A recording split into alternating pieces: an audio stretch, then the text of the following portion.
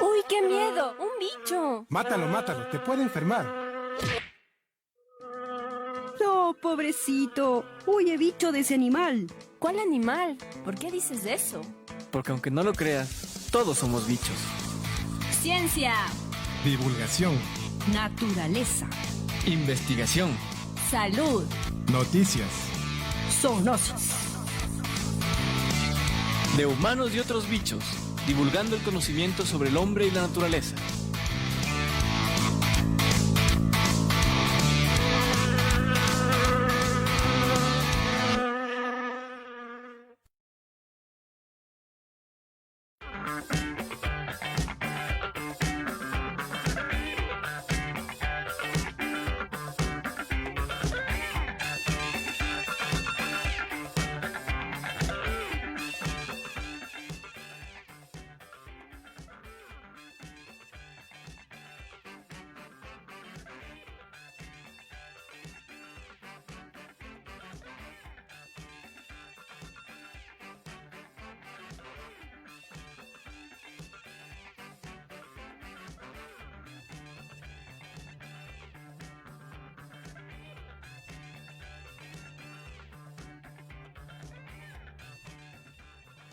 La escritura es quizás el más grande de todos los inventos de la humanidad, uniendo a personas, ciudadanas de épocas lejanas, que nunca se conocieron.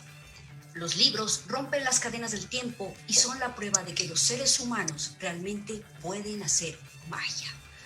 Con estas palabras de Carl Sagan les decimos bienvenidos internautas entusiastas de la ciencia a una entrega más de nuestro programa de humanos y otros bichos.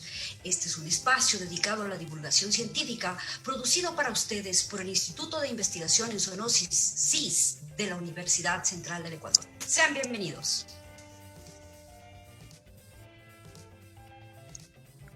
Bienvenidos internautas a una entrega más de Humanos y otros bichos. Gracias por compartir con nosotros este espacio de divulgación científica. Hoy les acompañaremos Elizabeth Minda, Franklin Vaca. Sandra Enríquez. y Alfonso Molina y todos quienes a través de nosotros hacen posible este programa que se transmite los días viernes a partir de las 10 horas. Gracias por estar aquí. bienvenidos a todos y todas a esta edición 184 de la aventura que es de humanos y otros bichos. Desde ya pueden interactuar con nosotros en las redes sociales.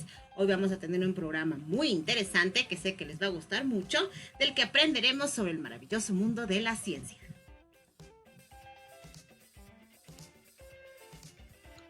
Muy buenos días internautas, bienvenidos. Gracias por acompañarnos siempre y estar atentos a nuestro programa. Saludos a todos. Disfrútenlo.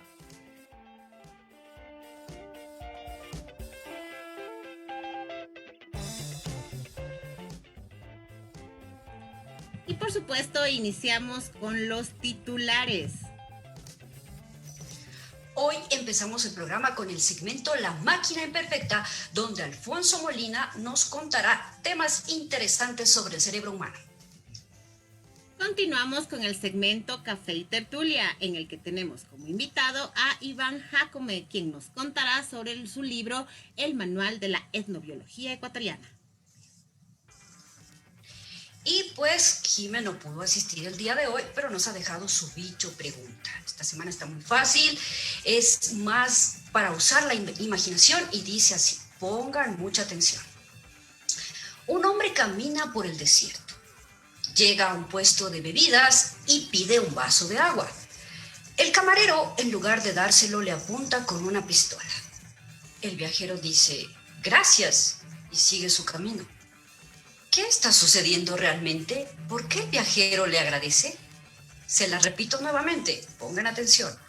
Un hombre camina por el desierto, llega a un puesto de bebidas y pide un vaso de agua. El camarero, en lugar de dárselo, le apunta con una pistola. El viajero dice, gracias, y sigue su camino. ¿Qué está sucediendo realmente? ¿Por qué el viajero le agradece? Esperamos sus respuestas en las redes sociales y las veremos al final del programa. Muchas gracias. Amigos y amigas internautas, nos gustaría conocer los temas de su interés. por lo que pueden dejarnos sus opiniones, sugerencias o comentarios en nuestro correo humanosyOtrosBichos@gmail.com, humanosyOtrosBichos@gmail.com, o pueden interactuar con nosotros en las redes sociales Facebook, Twitter e Instagram con el hashtag BichosCis. Además, en nuestro canal de YouTube llamado De Humanos y Otros Bichos podrán encontrar la mayoría de nuestros programas, así que si se perdieron alguno, pueden verlo allí en nuestro canal. Y no se olviden de escuchar nuestros podcasts con temas variados y súper interesantes que los colgamos todos los miércoles en el miércoles de podcast y están en nuestros canales o lo pueden oír en nuestro canal de Spotify o iVoox. Como siempre, saludamos fraternalmente a todas y todos quienes escuchan cada uno de nuestros programas desde cualquier lugar del mundo. Gracias por estar pendientes de los datos curiosos que publicamos cada día, para que ustedes conozcan un poco más del fascinante mundo que nos rodea. Además, un saludo a nuestra compañera Jimena Pérez, quien no nos pudo acompañar en el programa de hoy. Trabaja mucho, Jimena. El océano cubre más del 70% del planeta. Es nuestra fuente de vida y el sustento de los humanos y de todos los organismos de la Tierra. Prueba de ello es que el océano produce más del 50% del oxígeno del planeta y alberga la mayor parte de la biodiversidad. Además que es la fuente de proteínas para más de 1.000 millones de personas en todo el mundo. Por esta razón, cada 8 de junio se conmemora, recordamos, el Día Mundial de los Océanos para valorar y hacer conciencia sobre lo importante que es este espacio de vida para nosotros. Este año el lema es El océano, vida y medios de subsistencia, en el que las Naciones Unidas enmarcan los desafíos para lograr el Objetivo de Desarrollo Sostenible 14, conservar y utilizar de manera sostenible los océanos, los mares y los recursos marinos de cara al 2030. Ojalá que alcancemos ese objetivo, estamos trabajando para ello.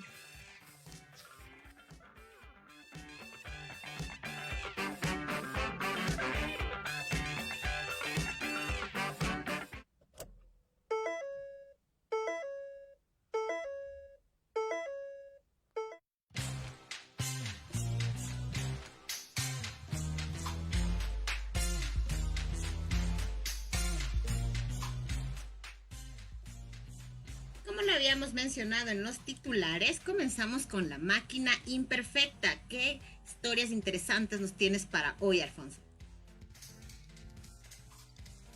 Gracias, Eli. Bienvenidos, internautas, al segmento La máquina imperfecta, en el que hablamos sobre nuestro cerebro y su particular manera de hacernos ver la realidad.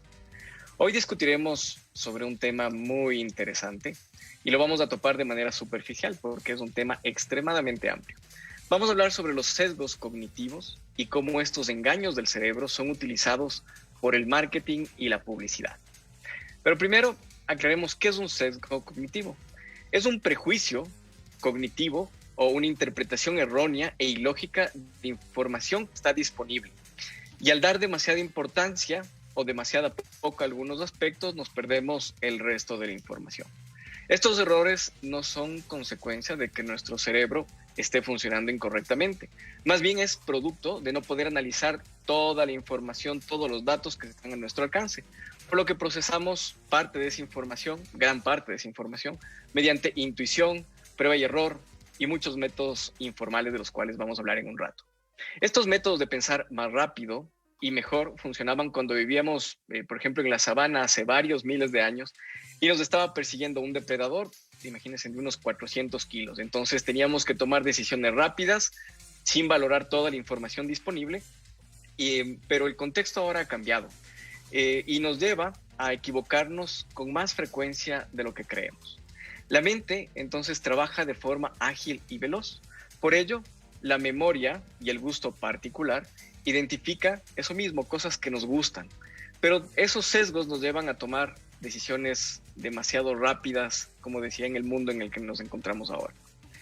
Los sesgos cognitivos son responsables, por ejemplo, de que ciertas personas y cosas nos agraden sin poder explicar el por qué, y de igual manera que otras nos desagraden sin explicar, sin saber por qué.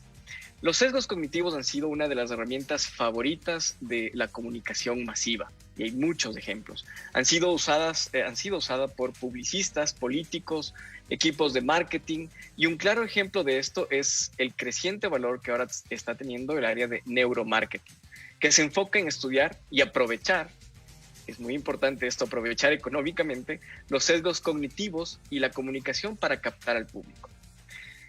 Los humanos siempre, en teoría, pensamos antes de tomar una decisión, pero estas decisiones están guiadas por lo que habíamos dicho previamente: emociones, condiciones ambientales, sociales y contextuales.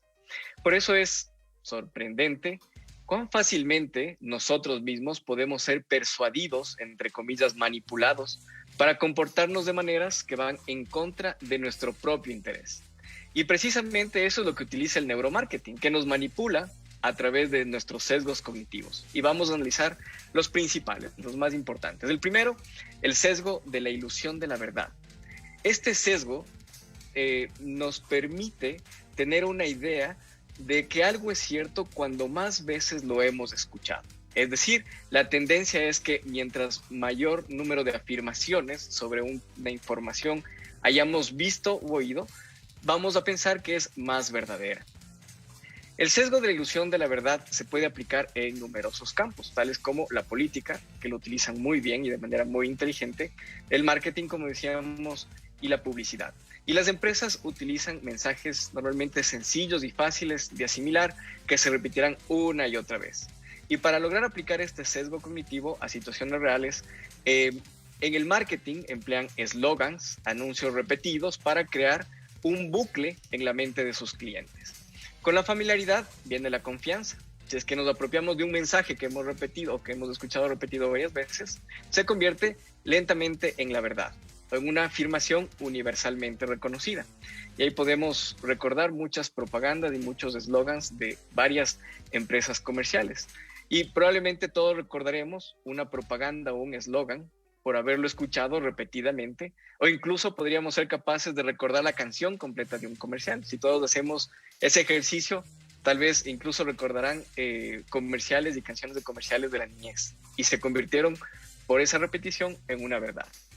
Otro de los sesgos increíblemente utilizados por el neuromarketing es el sesgo endogrupal o de favoritismo. Este es un sesgo que, como decíamos antes, nos hace daño a nuestros propios intereses. El sesgo endogrupal es la tendencia a favorecer a los miembros pertenecientes a tu mismo grupo, por encima de las personas que no pertenecen al grupo. Está profundamente arraigado en la psicología social, y este sesgo cognitivo motiva que los miembros de un grupo den un trato preferente y separen de manera indirecta a los que no son parte de este grupo. Por lo tanto, nosotros podremos desarrollar rasgos conductuales que podrían afectar, por ejemplo, la asignación de recursos, la comunicación y la percepción. ¿Cómo se aplica este sesgo en el marketing? Muy fácil. Las empresas, las compañías, las marcas buscan formar grupos y que esos grupos se adueñen de la marca. El sesgo endogrupal puede ser una poderosa herramienta para aumentar las ventas, la imagen de marca y obviamente la lealtad. Por ejemplo, cuando una marca forma un grupo o los consumidores se creen pertenecientes a este grupo, consumirán de una manera menos consciente. Y hay muchas investigaciones que han demostrado que el sesgo endogrupal afecta a la distribución de los recursos. Las personas se sienten mejor gastando su dinero en productos y servicios que les conecta con otras personas. Y vamos a hablar de dos ejemplos sin hacer publicidad. El primero es este famoso juego, el Fortnite. Si es que lo han jugado, han sido ya parte del sesgo cognitivo. Pero si es que no, probablemente se habrán visto tentados a jugar. ¿Por qué? Porque en el Fortnite existe un sesgo endogrupal muy fuerte que obviamente se traduce en ganancias económicas. Ha alcanzado este juego una media, en promedio, obviamente, de $60 gastados por cada usuario, acumulando más de 300 millones al mes el juego. ¿Cuál es el secreto? Que cuentan con una comunidad respaldada por streamers en YouTube, en Twitch, que se encargan de despertar una pasión por el juego, un sentimiento de grupo, y gracias a esto se han unido muchos jugadores que invierten dinero real en productos dentro del juego. Otro ejemplo es la marca de computadoras de la manzana, que también ha jugado con este sesgo cognitivo para hacernos creer a los usuarios que somos parte del grupo y defenderlo, entre comillas, o sentirnos menos mal al gastar comparativamente más que si adquiriéramos otros equipos electrónicos. Otro sesgo muy interesante que también lo hemos visto hasta la saciedad utilizado en la publicidad es el sesgo de la autoridad. El sesgo de la autoridad nos hace confiar más en las opiniones de quienes estén al mando, en cualquier campo que sea. Este sesgo demuestra que solemos estar condicionados por lo que nos dice una figura de autoridad, independientemente de lo que esté diciendo. Y hay muchos experimentos que incluso son graciosos de cómo se manipula con este sesgo de la autoridad. ¿Cómo se aplica el marketing? Bueno, en el marketing político le sacan muchísimo provecho porque los políticos suelen atraer a figuras, a personalidades que juegan este papel de autoridad para convencer a sus posibles votantes. Y además podemos encontrar esto, como decía, en la publicidad, en los anuncios comerciales.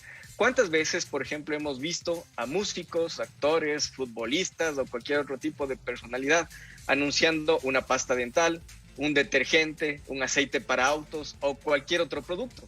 Y hemos creído que su criterio para elección de ese producto es experto, simplemente porque lo conocemos de cualquier otro campo.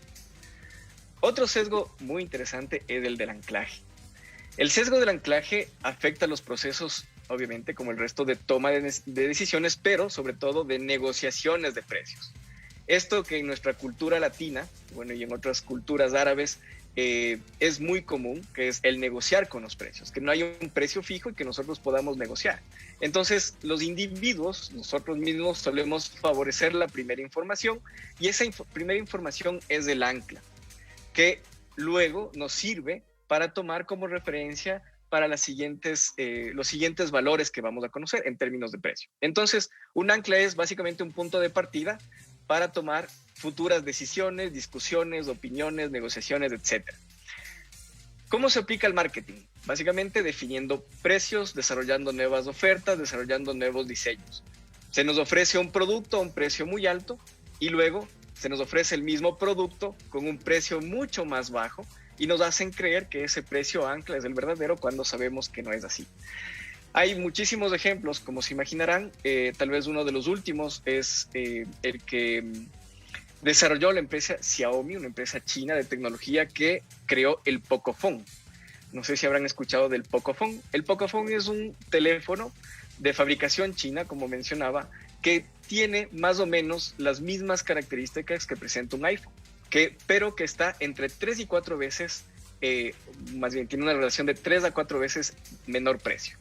El Pocophone cambió la percepción que tenemos los usuarios que conocíamos de este teléfono sobre el precio de los teléfonos. Ahora tenemos un marco, una referencia que nos invita a pensar que la tecnología no tiene que ser tan cara como la que presenta el teléfono de la compañía de la manzana.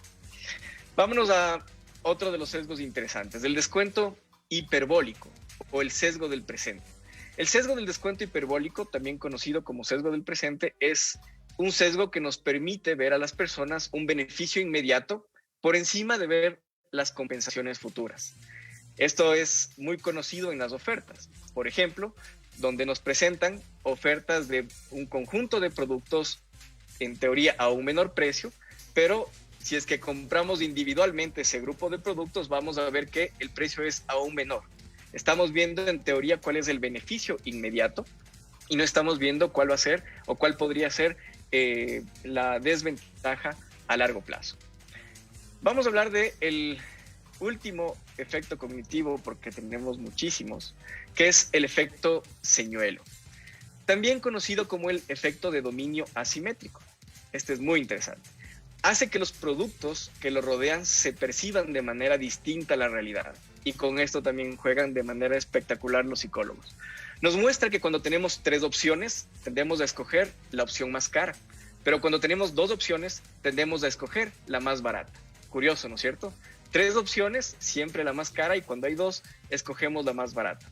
En algunas cafeterías, por ejemplo, la oferta del café suele estar dada en 3 tamaños, donde generalmente somos más propensos a elegir la opción que ofrece el precio medio o el más caro. Y cuando se introduce una tercera opción, que está por encima del valor. Cuando hay dos opciones, como decíamos, siempre escogemos la más barata. Y hay muchos otros sesgos cognitivos con los que juegan la gente que nos da mensajes a través de los medios masivos. Así que, queridos internautas, la próxima vez que escuchen o vean una propaganda comercial, recuerden que los publicistas y expertos en marketing juegan con nuestro cerebro y con nuestros sesgos cognitivos. Esto ha sido La Máquina Imperfecta, espero que haya sido de su interés. Nos vemos en la próxima. Hasta luego.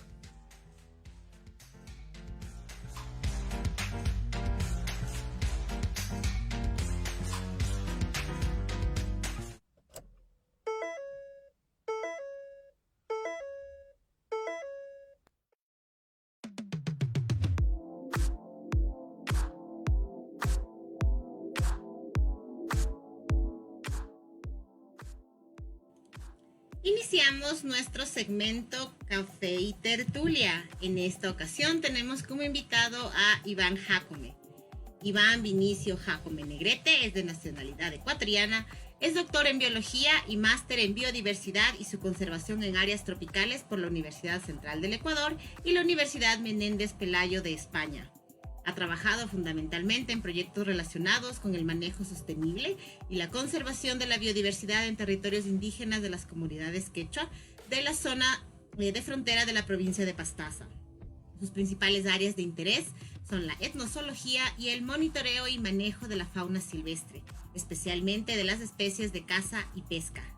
Fue director del Instituto de Estudios Amazónicos e Insulares de la Universidad Central del Ecuador desde el año 2019 hasta marzo del 2021. Tiene varios libros de artículos publicados sobre etnobiología del Ecuador. Actualmente es docente titular a tiempo completo de la Facultad de Ciencias Biológicas de la Universidad Central del Ecuador. Y el día de hoy nos va a presentar su obra más reciente, que es el Manual de Etnobiología Ecuatoriana. Iván, bienvenido y muchas gracias por estar aquí con nosotros el día de hoy. Hola a todos, queridos internautas. Siempre un gusto poder dirigirme a toda la audiencia que nos escucha en la linda radio de la Universidad Central. Siempre muy contento de poder compartir con ustedes estos momentos. ¿Me permiten compartir la pantalla entonces? Por favor, Iván, la audiencia es todo tuya. Gracias. ¿Me confirman si por favor se observa la pantalla? Sí, se observa perfectamente.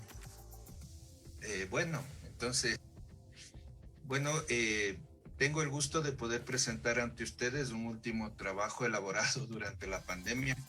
Siempre he pensado que a pesar de las circunstancias difíciles que estamos atravesando, también esas mismas circunstancias duras nos dan como alguna posibilidad de resiliencia, ¿no? Y en ese contexto me puse a escribir este libro que sentía que hacía mucha falta a nivel de todo nuestro querido país, y sobre todo que se necesitaba una herramienta que nos permita a los jóvenes y a todos los interesados en la investigación etnobiológica, pues que tengan como un elemento de sustento para su trabajo, porque lastimosamente aquí en el Ecuador no tenemos un material de esta naturaleza que sirva como una referencia para las futuras investigaciones. Entonces, el libro se denomina el Sacharuna Yachay Camu. Es el libro relacionado con el conocimiento de la etnobiología ecuatoriana. Y en este momento voy a hacer una breve síntesis de todo lo que este pequeño aporte tiene en cuanto a sus contenidos. He dividido el libro en 3 secciones. La primera parte tiene que ver con describir de dónde surge la etnobiología, ¿no? Cuál fue su origen, cómo está dividida disciplinarmente, cómo ha sido su desarrollo a través del tiempo, tanto a nivel nacional y también en el contexto mundial.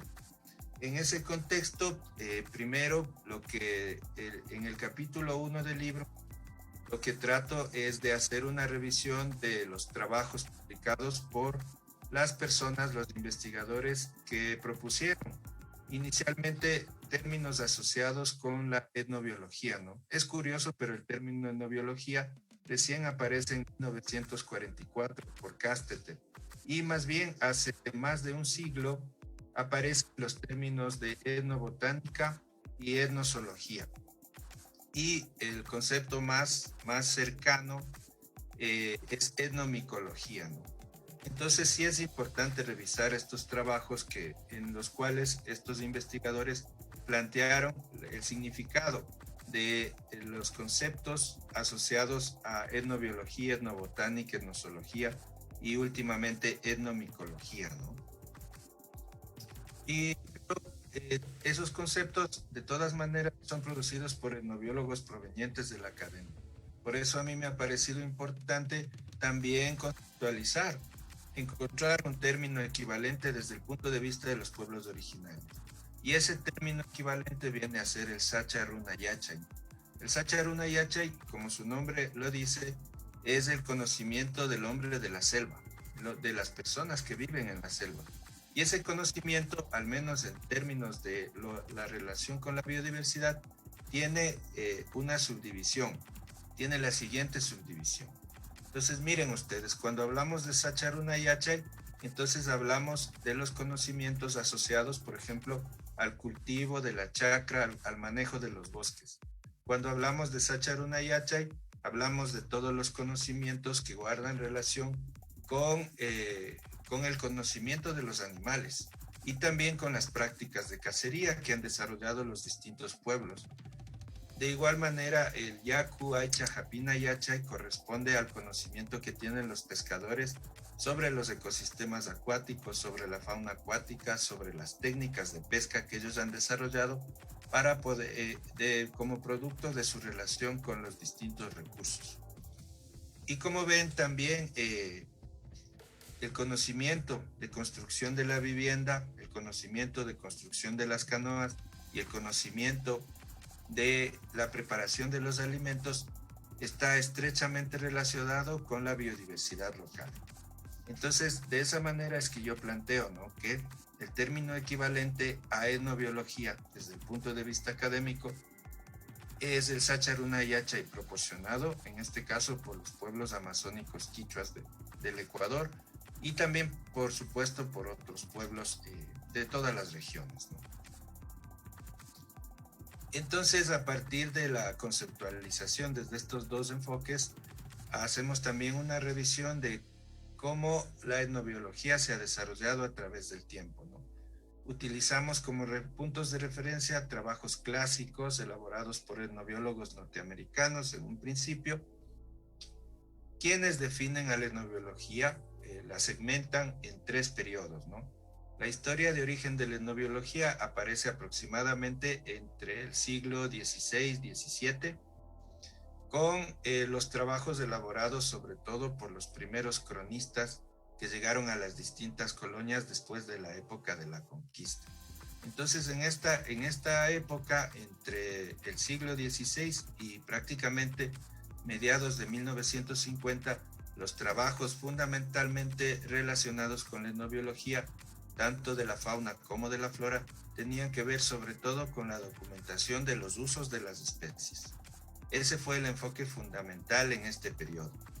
Avanzamos en el tiempo y llegamos a 1950 y comienzan a aparecer los aportes de etnobiólogos muy importantes desde México, etnobiólogos latinoamericanos, y el aporte del doctor Víctor Toledo es fundamental desde México. ¿Por qué? Porque él propone y amplía las posibilidades de la etnobiología hacia lo que significa el conocimiento asociado de cómo los pueblos originarios, en este caso mexicanos, clasifican a los paisajes, clasifican a los hábitats, cómo manejan desde una perspectiva espacial y temporal los distintos paisajes en los cuales ellos viven y se relacionan con la biodiversidad. Entonces él propone, por ejemplo, conocimientos importantes como la etnoecología. El otro aporte importantísimo en este periodo es que los mismos etnobiólogos dejan de investigar, dejan de concentrarse más bien en los usos de las especies y pasan a otro nivel, a la etnobiología cognitiva.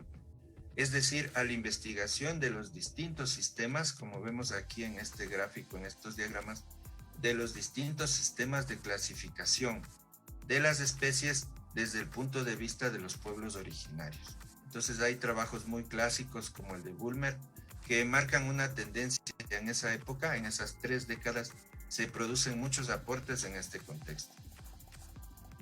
Y el periodo posclásico, el que estamos viviendo actualmente, entonces es un periodo sumamente importante, primero porque se fortalecen los derechos colectivos de los pueblos originarios.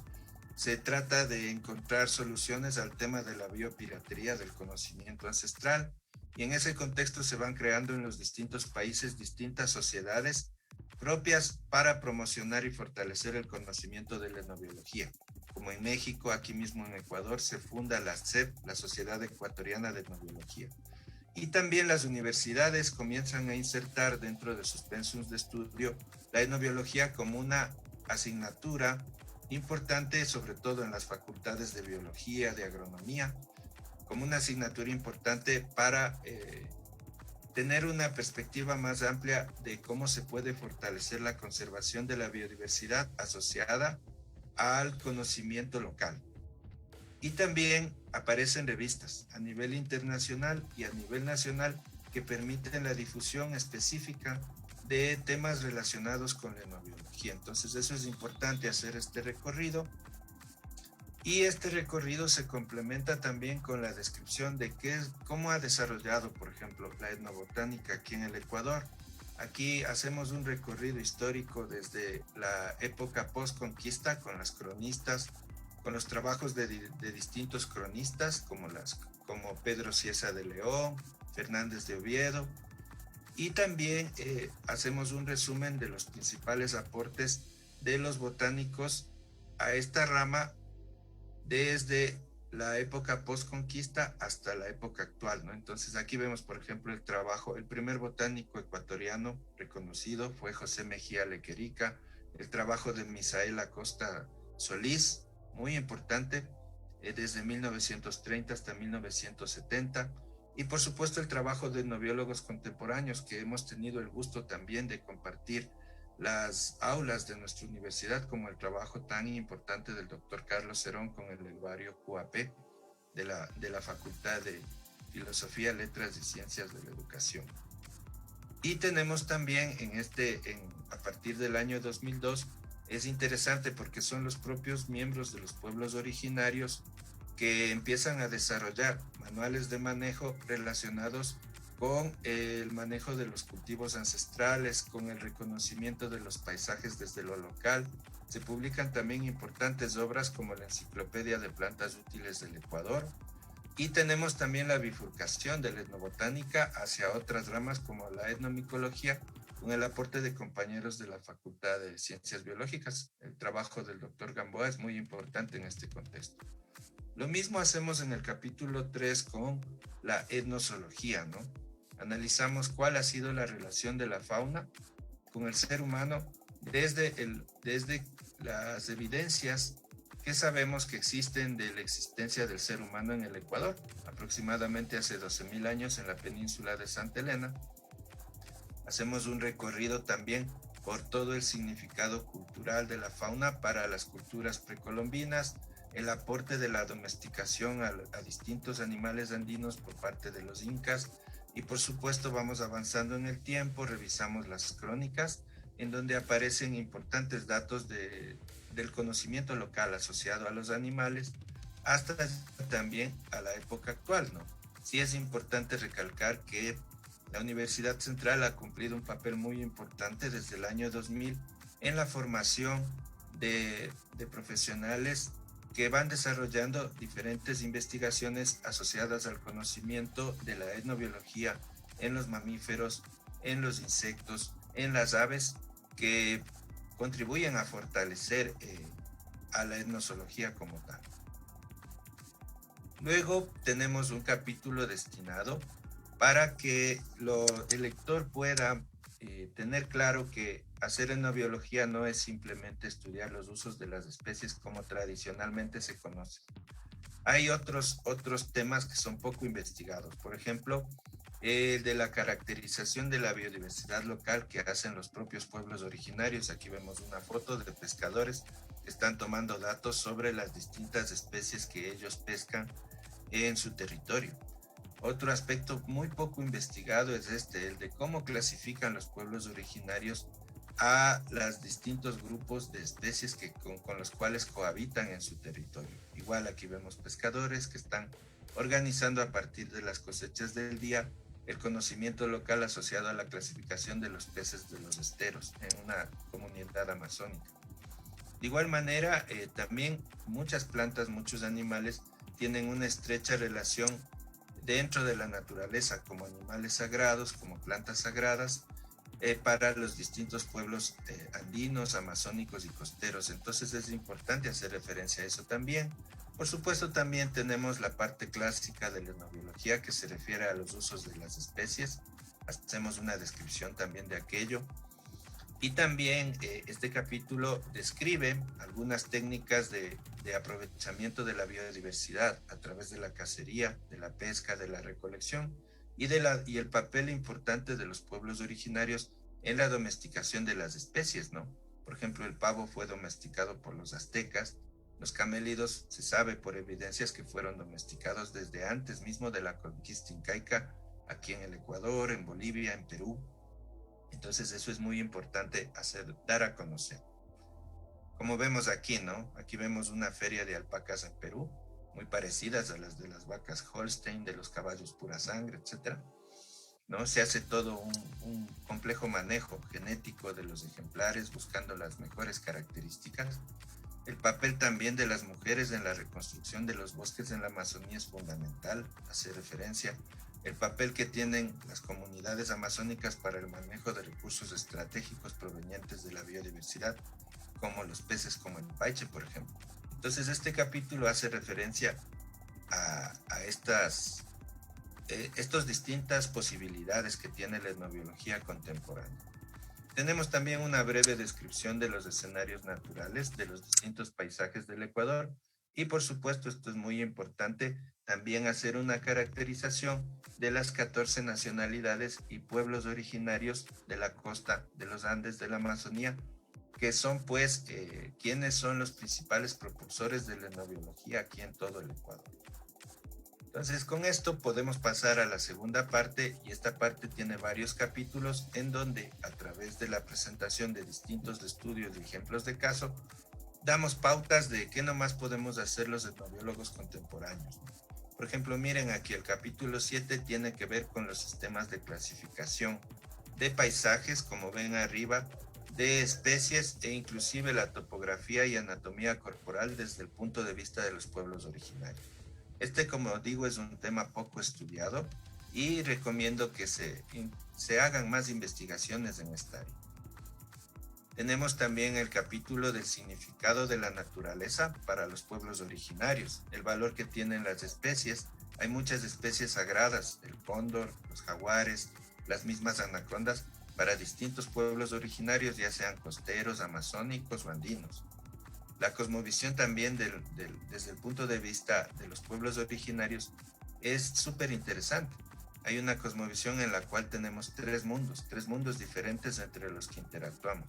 El mundo presente, que es el Caipacha, donde estamos ahorita. El mundo celestial, donde la gente no sufre, que es el Hananpacha. Y el Ucupacha, que es como el inframundo, el mundo que está bajo el suelo, el mundo de la fertilidad. El mundo donde los animales adoptan formas de almas y salen al presente a través de ciertos puntos de conexión súper interesantes, que son los saladeros, que son las lagunas, desde la cosmovisión local. Y tenemos también que los pueblos originarios reconocen distintos espíritus protectores de los diferentes ecosistemas. El pueblo Shuar, por ejemplo, reconoce a Arutan como el dios que creó la selva, Sunki, el espíritu protector de todo el medio acuático, Nuncuy, la diosa de la fertilidad. Entonces, miren, hay aspectos muy interesantes que están ligados a la naturaleza que detalla este capítulo. Y el capítulo 9, en cambio, hace referencia a cómo se utilizan las especies de flora, las especies de fauna terrestre, las especies de fauna acuática y las distintas categorías de uso que las especies tienen desde las cosmovisiones locales. El capítulo 10 describe, en cambio, distintas formas de aprovechamiento in situ de la biodiversidad que han desarrollado los pueblos originarios. Por ejemplo, estamos hablando de la recolección de productos forestales no maderables, de la caza y sus implicaciones también en la conservación, Lo mismo hacemos con la pesca. Y el capítulo 11, en cambio, lo que trata es de presentar a través de estudios de caso el importante aporte del conocimiento local para el manejo de la biodiversidad. Por ejemplo, es indudable el aporte extraordinario de las mujeres quichuas para la reconstrucción de los bosques manejados y también para el cultivo de las chacras.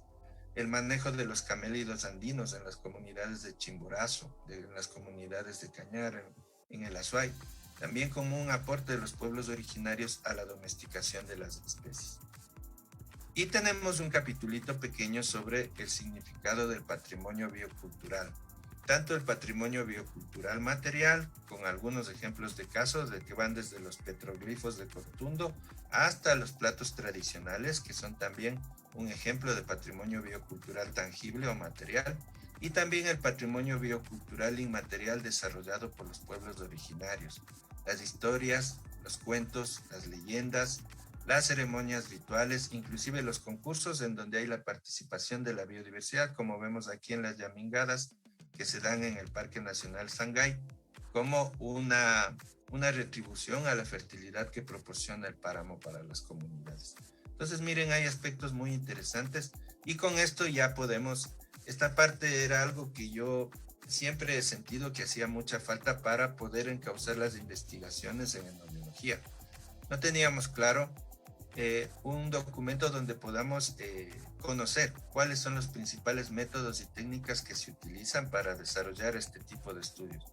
Así que a partir de mi experiencia propia, la experiencia de otros compañeros y también de revisión bibliográfica, se propone aquí un conjunto de herramientas, más de 20 metodologías diferentes desarrolladas para realizar estudios etnobiológicos. Entonces aquí para cada una de estas metodologías nosotros explicamos en qué consiste la metodología, para qué se puede utilizar, qué contiene, cómo se aplica, cuánto tiempo puede tomar la aplicación de esta metodología y también qué posibles limitaciones puede tener. Entonces aquí vemos, por ejemplo, recomendaciones técnicas metodológicas para cómo desarrollar un censo etnobotánico de las plantas de los cultivos ancestrales. Recomendaciones metodológicas para desarrollar diagnósticos etnozoológicos con pescadores y cazadores. Recomendaciones para desarrollar actividades de mapeo participativo, todo lo que tiene que ver con el espacio en los territorios y su relación con la biodiversidad. Recomendaciones para aplicar y desarrollar las clasificaciones locales en campo y también en taller. El valor de los test proyectivos, presentación de recursos visuales para levantar información sobre las distintas especies que pueden existir en una comunidad. Tenemos varios. Tenemos también cómo construir calendarios de uso estacional de recursos, qué elementos deben contener, y es una herramienta muy importante, por ejemplo, para la declaración de vedas de distintas especies que pueden estar amenazadas. El valor que tienen los dibujos que se hacen en las comunidades sobre los distintos elementos de la naturaleza. El valor, más bien dicho, también cómo registrar el uso de la biodiversidad cada día, desagregado por género y generación. Tenemos también otras herramientas que se proponen en cambio para abordar problemas vinculados con el uso sostenible de los recursos naturales y proponer soluciones. Tenemos una herramienta también para recuperar el valor de las normativas locales para el desarrollo de la conservación de distintas especies amenazadas. Entonces, finalmente, para cerrar esta explicación, la etnobiología fundamentalmente implica el conocimiento holístico. Todos los elementos de la naturaleza están interrelacionados. El ser humano es una especie más que no está por encima de las otras especies. También es importante desde el punto de vista de la etnobiología el aporte que se hace del reconocimiento de que los animales, las plantas, la naturaleza, inclusive las piedras, son elementos vivos, elementos que pueden ser sagrados incluso, y que la conservación de estos elementos pues favorece a la recuperación de los distintos ecosistemas, ¿no? Una parte fundamental de la etnobiología es eso, reconocer el respeto a la naturaleza que han ido desarrollando los distintos pueblos originarios. Y finalmente, pues siempre estas obras son el producto de muchas coincidencias y hay a muchas personas e instituciones a quienes agradecer, ¿no? Pero fundamentalmente yo agradezco en este caso a mi familia porque Ellos son siempre la fuente de inspiración para el trabajo. Estamos muy vinculados con la naturaleza y cada vez que vamos a la naturaleza, pues nos recreamos, pero también nos inspiramos. Y también quiero agradecer a la institución con la cual tuve yo la suerte de pasar 10 años trabajando en el bosque amazónico con el pueblo quichua de Pastaza, que es el Instituto Quichua de Biotecnología Sachazúpay. Ellos han sido mis amigos, mis mentores, mis maestros. Y por supuesto a mi familia amazónica, ¿no?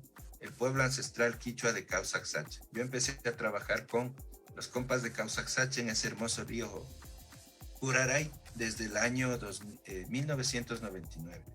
Y por situaciones laborales y todo, no he vuelto al territorio desde el año 2014. Pero ellos fueron mis maestros en la pesca, en la cacería, en el conocimiento de la fauna. Y finalmente agradecer a la universidad que me permitió poder trabajar, ¿no? Desde el año 2014 como profesor de la Facultad de Ciencias Biológicas, y la universidad ha sido muy proactiva en considerar que el conocimiento ancestral es muy valioso, y eso ha hecho que al menos en la Facultad de Ciencias Biológicas, dentro de la formación de los biólogos, se incluya la materia, la asignatura de etnobiología.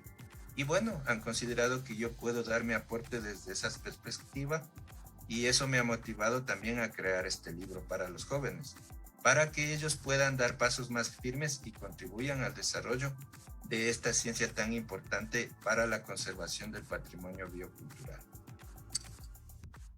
Y aquí les dejo mi correo, y bueno, podemos seguir conversando con los compañeros. Creo que las preguntas que ustedes tengan serán seguramente muy valiosas en este contexto de la entrevista. Entonces procedo a dejar de compartir mi pantalla y estoy listo pues para sus inquietudes, sus comentarios. Muchas gracias por darme este espacio para poder compartir este pequeño granito de arena para la etnobiología ecuatoriana. Muchas gracias a ti, Iván. Gracias por compartir este trabajo. Un trabajo que es producto de, como vemos, años de ejercicio profesional, años de experiencia. Y bueno, hay muchísimas preguntas para hacerte alrededor de ese trabajo. La primera es, ¿cómo podemos sacar desde del contexto estrictamente académico el conocimiento etnobiológico y hacer que la población, que la sociedad se entere, por ejemplo, cuáles son esos tres mundos que tú nos contabas? ¿Cómo podemos acercarnos, los que vivimos en la ciudad, a ese conocimiento que está en el territorio? ¿Cómo podemos conocer, o sea, esa interacción, ¿no es cierto? Porque es importante el trabajo que tú has hecho con el manual, con el libro que publicas, pero necesitamos también acercar. Este programa es una manera de hacerlo, pero te pregunto por estrategias más globales a largo plazo. Bueno, creo que una parte fundamental para que todos los ciudadanos puedan acercarse más a la etnobiología es lo que actualmente, por ejemplo, está haciendo nuestra universidad, ¿no? Dentro de las distintas facultades, dentro de las distintas cátedras y carreras, se está tratando de transversalizar el conocimiento ancestral. En la Facultad de Ciencias Biológicas, eso es claro, tenemos una asignatura en la cual los estudiantes conocen de primera mano todo el importante aporte del conocimiento.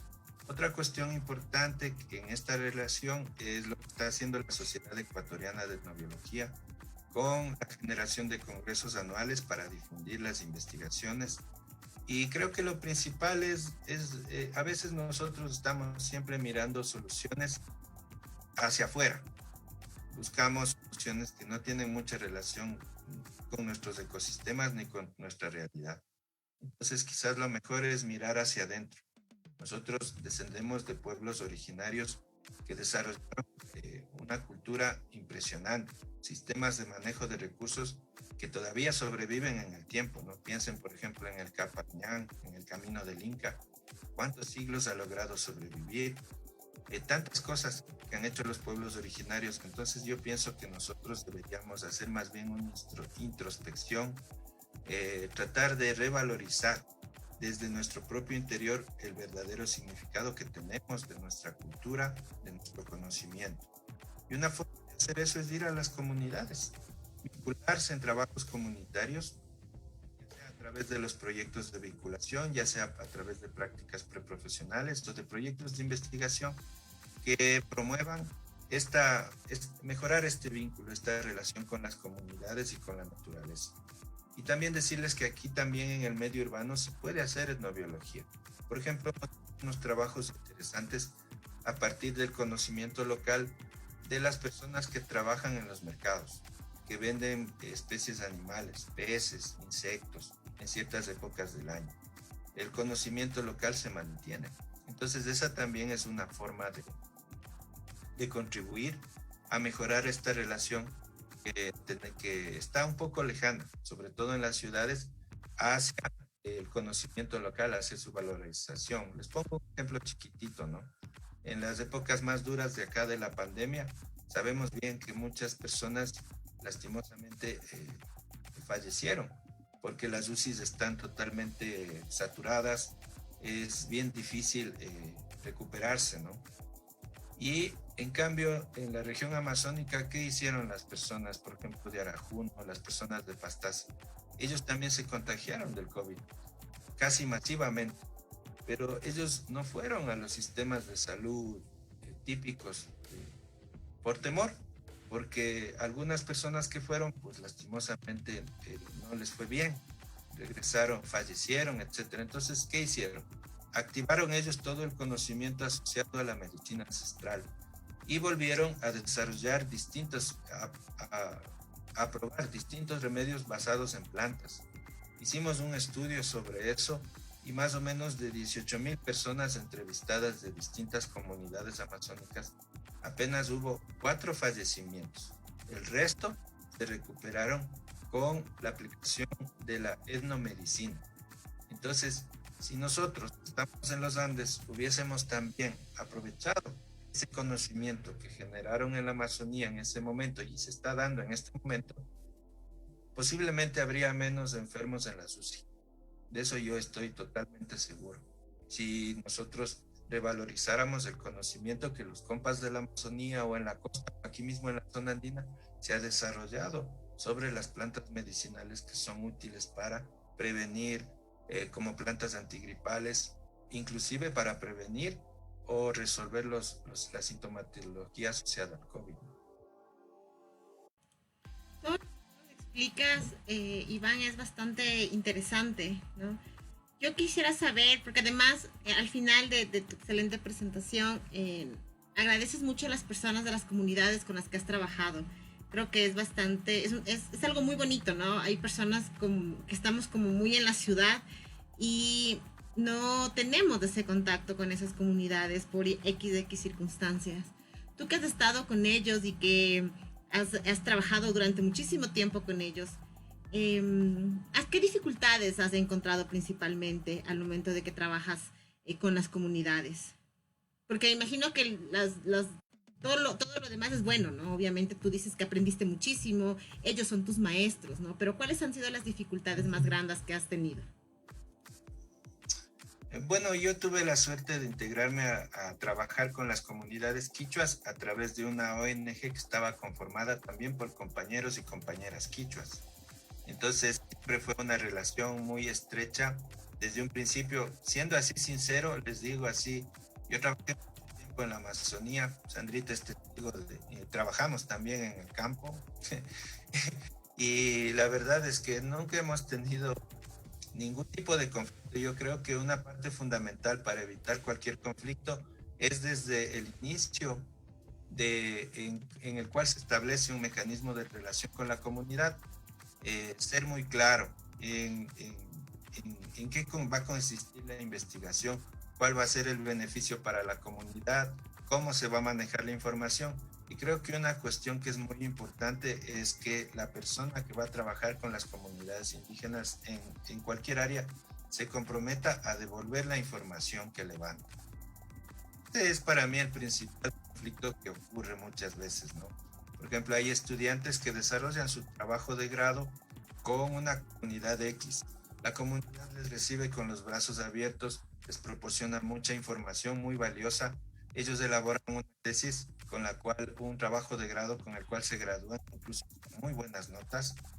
y luego el compromiso que ellos adquieren al inicio de cuando establecen el contacto con los dirigentes de la comunidad es ir a devolver el trabajo, es ir a presentar los resultados y entregar una copia también de su trabajo de grado a través de una asamblea. Es algo muy sencillo de cumplir, pero ellos no lo hacen.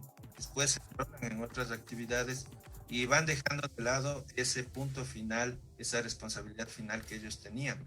Entonces, ¿qué pasa? Que después va otro estudiante, quiere trabajar en esa comunidad y claro, las personas le dicen, pero acá ya vino tal persona, le dimos la información y nunca, no hemos vuelto a saber de esa persona, no sabemos qué pasó con la información que nosotros le proporcionamos, no sabemos cuáles son los resultados del estudio. Entonces aparece es este tema de la desconfianza y ahí se da la posibilidad de seguir trabajando mancomunadamente. Entonces, ese para mí es una cuestión que creo yo que puede generar un conflicto. Y la otra situación también que yo veo es que, por ejemplo, hay comunidades, el conocimiento local está extremadamente más desarrollado, está en su máxima expresión en las comunidades más distantes de los centros poblados. Pero para llegar a esas comunidades, por ejemplo, en mi caso, para poder llegar a las comunidades de frontera, yo tengo que tomar un avión desde el Puyo, volar 1 hora, y ese avión me cuesta mucho más dinero, o sea, me saldría más barato ir y volver de España que irme a la comunidad de Yanayacu de la frontera y regresar, sería mucho más caro, serían como $2,000 por una avioneta de 5 pasajeros, que es el costo. Entonces, eso es difícil conseguir si no es a través de proyectos, con el respaldo de ONGs, etcétera. Y entonces esta también se vuelve una limitante, ¿no? La logística que se necesita para acceder, por ejemplo, a estos territorios que son mucho más distantes de la zona urbana, ¿no? Ese también yo le veo como un problema, sobre todo porque ahora antes había un transporte aéreo que podías pagar un pasaje a muchas partes de la Amazonía de frontera. Con $15 tú llegabas allá y así mismo podías salir. Pero eso el Estado lo suspendió y entonces tienes que fletar una avioneta privada y el costo es, ya les digo, ¿no? Por 1 hora de vuelo puedes superar $1,000 y es complicado tener del bolsillo. Chévere, Iván, me ha gustado mucho la presentación de tu libro. Bueno, he visto en tu exposición que la etnobiología tiene un fuerte componente social, ¿no? En el desarrollo del estudio. Las ciencias sociales tal vez están un poquito, son muy diferentes a las ciencias que los biólogos estudiamos, ¿no? Normalmente. Entonces quería preguntarte yo, ¿cómo has visto la recepción de la etnobiología en tus estudiantes? ¿Cómo lo han recibido desde tu punto de vista como profesor? ¿Hay mucha gente interesada? ¿Se han despertado en ellos el interés o hay poca? Y también, como nos contaste, ya es una materia oficial en la Universidad Central, pero se está dando en otras universidades. ¿Cómo ves ese desarrollo desde tu punto de vista como profesor de esta ciencia? Bueno, vamos primero a nuestra casa, ¿no? En la malla de rediseño de nuestra facultad, la materia como tal de etnobiología empezó desde el semestre pasado. Entonces tuve la suerte de poder desarrollar la programación de la materia y todo. Y entonces, hasta el momento yo veo que los estudiantes están muy contentos con la inclusión de la etnobiología dentro del pensum de estudios, porque eso se ve reflejado en los distintos trabajos que se van elaborando, ¿no? Tenemos, ahorita tenemos por lo menos unos 10 estudiantes graduados con trabajos de etnobiología en los últimos 2 años, y desde años atrás también se han hecho trabajos que han culminado en informes de titulación, ¿no? Una cosa interesante, muchos trabajos que se van elaborando en clase con los estudiantes terminan publicados en revistas nacionales y en revistas de Brasil sobre todo, y eso me da a mí la pauta de que los estudiantes tienen un verdadero interés a promover el trabajo en la etnobiología. Estoy pensando que es necesario crear un semillero de estudiantes para promover la etnobiología a mayor escala. También hay propuestas a través de los distintos institutos de la universidad de que en todas las facultades debería haber una materia ligada, bueno, no precisamente a la etnobiología, pero sí a las etnociencias. Por ejemplo, en arquitectura, la etnoarquitectura incaica, por ejemplo, sería un buen referente, y hay profesores que consideran eso dentro de sus asignaturas. En medicina también, la etnomedicina, etc. Entonces esa también es la otra cuestión. Ahora, la segunda parte de tu pregunta hacía referencia a que si hay otras universidades del país en las cuales también la etnobiología forma parte de su pensum de estudios. De lo que yo tengo conocimiento, al menos sí. A nivel de licenciatura, por ejemplo, en la Universidad Tecnológica Indoamérica, hay una materia de etnobiología como tal. Esto también que localmente como Universidad Central estamos abriendo una maestría en ecología tropical y conservación de la biodiversidad, y también va a haber una de las cátedras de esa maestría, de ese posgrado, es justamente etnobiología aplicada a la conservación. Entonces, miren, sí, al menos en nuestra casa sí se está promoviendo mucho el desarrollo de las etnociencias en general y de la etnobiología en particular. Y también hay otras universidades que lo están haciendo. Eso le puedo contar. Chévere, Iván, todo lo que nos cuentas sobre las ciencias etnobiológicas. Realmente nos sentimos orgullosos de conocer lo que viven, sienten, experimentan nuestros ancestros, ¿no? Y cuán alejados estamos nosotros de estos conocimientos. Es un poco triste saber que no todos conocen sobre esta realidad, ¿no? Pero bueno, o sea, tu libro realmente es una forma de que toda la gente o la gente que realmente se interese pueda conocer sobre esto, ¿no? Empezar a amar para valorar. Y bueno, así como el tiempo lastimosamente nos traiciona, ya estamos casi por cerrar el programa, quisiera que me cuentes brevemente cómo ha influido en tu vida la cosmovisión indígena de los quichuas, porque prácticamente desde que tú saliste de la universidad trabajaste con ellos, y cómo influyó la cosmovisión de estos indígenas ancestrales en tu vida y en la de tu familia. Sí, ¿no? Yo siempre me siento más quichua amazónico que andino, ¿no? Por mis orígenes soy andino, pero por todo lo que he aprendido en el camino realmente soy amazónico. Entonces, desde mi punto de vista, hay muchos aspectos de la cosmovisión que para mí han sido medulares, que yo los practico día a día, ¿no? Entonces, con mi familia de la misma manera, para nosotros, digamos, toda la cosmovisión quichua que está asociada al conocimiento de las lagunas, de la selva, es muy importante. Dirige nuestro accionar. Por ejemplo, para los quichuas, tú no haces nada al otro día y lo que hagas tú al siguiente día de tu vida va a depender mucho de lo que sueñes del día anterior, ¿no? Los sueños son súper importantes desde la cosmovisión para anunciar también cosas positivas y también cosas negativas, ¿no?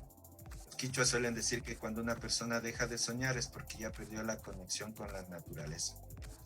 Y me pasa a mí lo mismo. Desde que yo recuerdo, yo siempre preguntaba en los talleres a los compas quichuas, ¿cuándo yo también voy a volverme quichua, no? Entonces ellos dijeron, bueno, cuando entiendas el idioma, es una cosa importante, pero tú te vas a dar cuenta, ¿no? De que vas a ser ya parte del pueblo quichua cuando tú sueñes lo que nosotros soñamos y eso tenga el mismo significado que para nosotros tiene. Y es así. Entonces, eso ha pasado mucho en mi vida interna, de que para mí los sueños tienen los mismos significados que tienen para ellos y me anuncian cosas positivas o cosas negativas que me van a pasar. Entonces, ese respeto también ancestral hacia las lagunas, hacia los árboles sagrados en el bosque, hacia los animales, eso también es parte de mi vida y eso tratamos de transmitir junto con mi esposa a nuestros hijos. Ellos conocen mucho de la cosmovisión quichua, el uno ha tenido la oportunidad de ir a la selva, a estas comunidades, y entonces de relacionarse con niños también quichuas y aprender cosas del mundo, ¿no? Entonces eso guía la vida, en nuestro caso, de nuestra familia como tal. Iván, muchas gracias. Y una última cosita, ¿cuánto cuesta tu libro y dónde podemos conseguirlo? Sí, la noticia compleja. Bueno, es un libro que tiene un valor de apenas de $20. Es un libro de 205 páginas, formato B5, impreso en blanco y negro. Entonces, ese es el valor del libro, que lo que va a permitir es recuperar los costos en los cuales se ha invertido en la impresión, ¿no? Y poder en el futuro también pensar en una edición mejorada, a color, con más fotografías, etc. Ese es el costo. Y bueno, la forma de adquirir pues es a través del correo electrónico que les mostré en un principio, pagurito@yahoo.es. Ese es mi correo de contacto para las personas que tengan interés en contar con esta publicación. Se pueden hacer envíos a través de Servientrega a provincia y ahí nos ponemos de acuerdo, ¿no? Chévere. Te agradecemos enormemente, Iván, por la oportunidad de difundir el conocimiento de tu libro en nuestro programa. Gracias y hasta una próxima oportunidad. Muchas gracias a todos.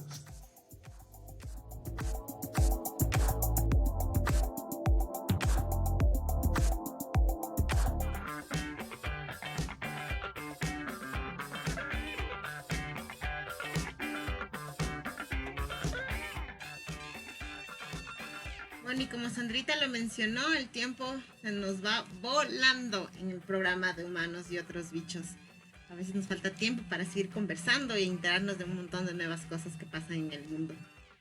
Tengo la respuesta a la bicha pregunta, aunque en redes sociales no han interactuado el día de hoy, creo que no usaron su imaginación el día de hoy para la bicha pregunta. Pero por supuesto, la bicha pregunta dice así.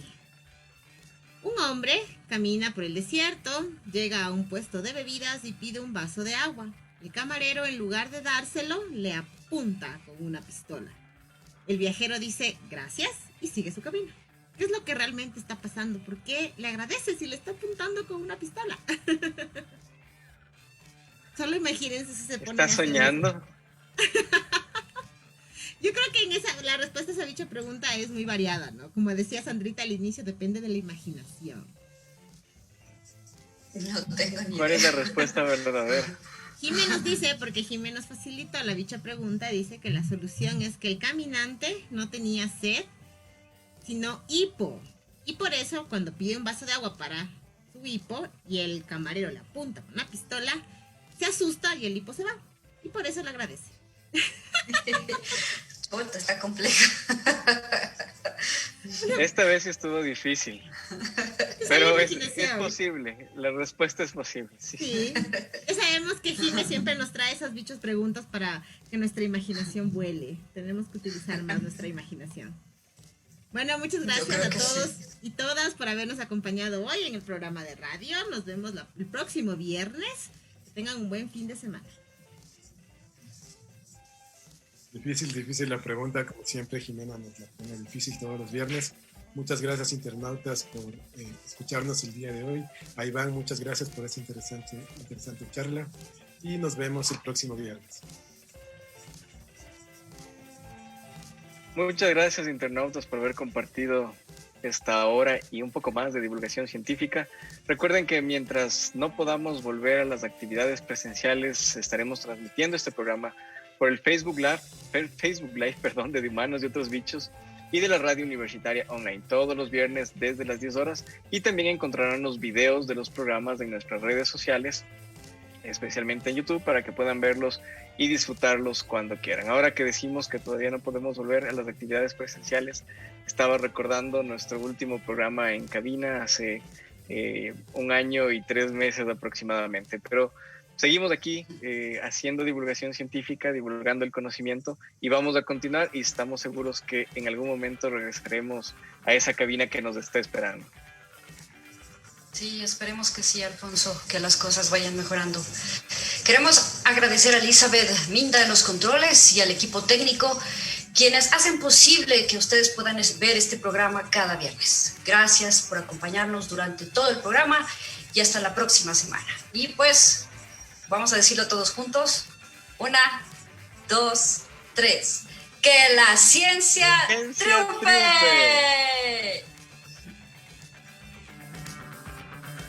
Chao, hasta luego. Gracias, Iván. Hasta luego.